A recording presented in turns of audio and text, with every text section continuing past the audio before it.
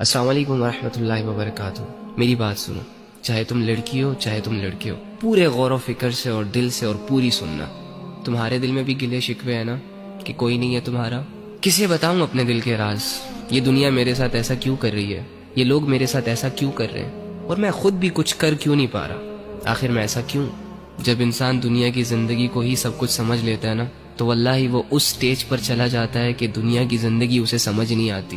Any how, تو ایک کام کر، آج رات جب سب سو جائے نا، تو چھپکے سے اٹھنا، کسی کو کانوں کان خبر نہیں ہونی چاہیے، اور سب سے الگ تھلگ ہو کر جانماز پکڑ، بچھا اور اس پر کھڑا ہو جا، ہاتھ باندھ، آنکھیں بند کر، امیجن کر کہ تیرا رب تیرے سامنے کھڑا ہے، وہ رب جس کا تو بندہ ہے، اور اسے اپنا سب کچھ مان، اور یہ تصور کر کہ آج میں اپنے رب کو اپنی حالت دکھانے آیا ہوں، آج میں اپنے رب سے اس دنیا کی شکایتیں کرنے آیا ہوں، آج میں اپنے رب سے دل کے راز بیان کرنے آیا ہوں۔ 2 رکعت نفل نماز پڑھ، اور نماز پڑھنے کے بعد جھولی پھیلا دے، ہاتھ اٹھا دے، بچھا دے خود کو، اور دل کی گہرائیوں سے پکار اپنے اس رب کو جو تیرے دل کے حال کو جانتا ہے، جو تب بھی تیرے ساتھ تھا جب دنیا تیرے ساتھ نہیں تھی، جو تب بھی تیرے ساتھ تھا جب دنیا تجھے جانتی نہیں تھی، اور جو آج بھی تیرے ساتھ ہے۔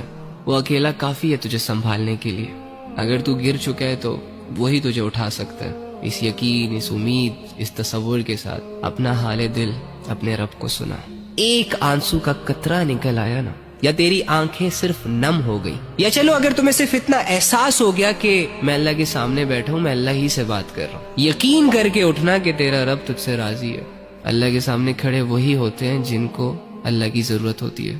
تو اللہ کے بندو، آپ کے مسئلے کس نے حل کرنے ہیں؟ عاملوں نے؟ کالے جادو والوں نے؟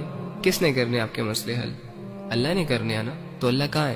ایکچولی میں آئی ڈونٹ نو وائی ہمارا یہ مائنڈ سیٹ بنا ہوا ہے کہ اللہ کچھ اسپیسیفک جگہوں میں پایا جاتا ہے، اور اللہ رب العزت کی جو مغفرت کے فیصلے ہوتے ہیں وہ نیک لوگوں کے لیے ہوتے ہیں، یا اللہ رب العزت جن لوگوں کی دعائیں قبول کرتا ہے وہ بہت نیک ہوتے ہیں، لمبے لمبے سجدے اور پاک صاف رہنے والے ہوتے ہیں۔ ہاں ٹھیک ہے، ان کا اپنا درجہ ہے، لیکن اس کا یہ مطلب بھی تو نہیں ہے نا کہ ایک عام انسان اللہ تک پہنچ نہ سکے، ایک عام انسان اپنے دل کی بات اللہ کو نہ کہہ سکے، اور اللہ رب العزت کو اپنی طرف متوجہ نہ کر سکے۔ وہ کہتے ہیں کہ کوئی کعبے سے خالی ہاتھ لوٹ آیا تو کوئی گھر بیٹھے خدا کو پا گیا۔